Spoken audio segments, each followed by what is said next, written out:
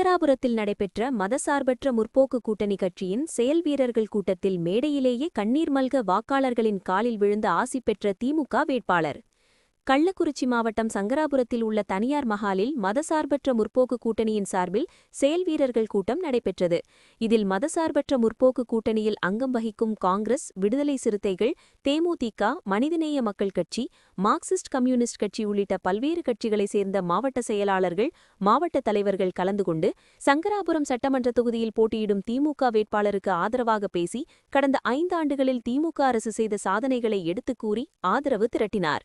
இந்த செயல்வீரர்கள் கூட்டத்தில் பேசிய சங்கராபுரம் திமுக வேட்பாளர் உதயசூரியன், திமுக ஆட்சி பொறுப்பேற்ற 5 ஆண்டுகளில் கல்வராயன் மலைப்பகுதியில் ஏராளமான பாலங்கள் மற்றும் சாலை வசதிகள் ஏற்படுத்தப்பட்டுள்ளதாகவும், கடந்த 5 ஆண்டுகளில் சங்கராபுரம் சட்டமன்ற தொகுதிக்குட்பட்ட பல்வேறு பகுதிகளில் மேற்கொள்ளப்பட்டுள்ள பல்வேறு விதமான வளர்ச்சி திட்ட பணிகள் குறித்து பட்டியலிட்டு பேசினார். தொடர்ந்து 6வது முறையாக சங்கராபுரம் சட்டமன்ற தொகுதியில் போட்டியிடும் தனக்கு உதயசூரியன் சின்னத்தில் வாக்களித்து வெற்றி பெற செய்ய வேண்டும் என்றும், சங்கராபுரம் சட்டமன்ற தொகுதியில் போட்டியிடும் என்னை வாக்காளர்கள் நீங்கள் அனைவரும் ஆசீர்வதிக்க வேண்டும் என கூறி மேடையிலேயே கண்ணீர் மல்க பேசி காலில் விழுந்து அனைவரிடமும் ஆசி பெற்றார்.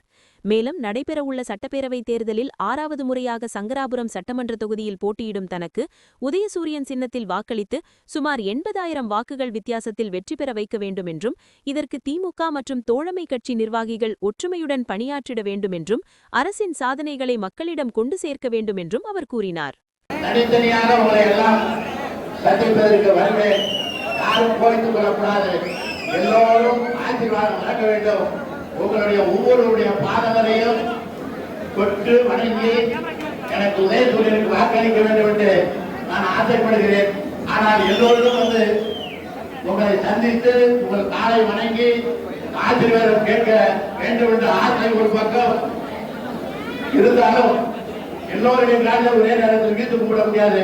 அதனால மேடையிலிருந்து உங்களை வீட்டு கும்பிட்டு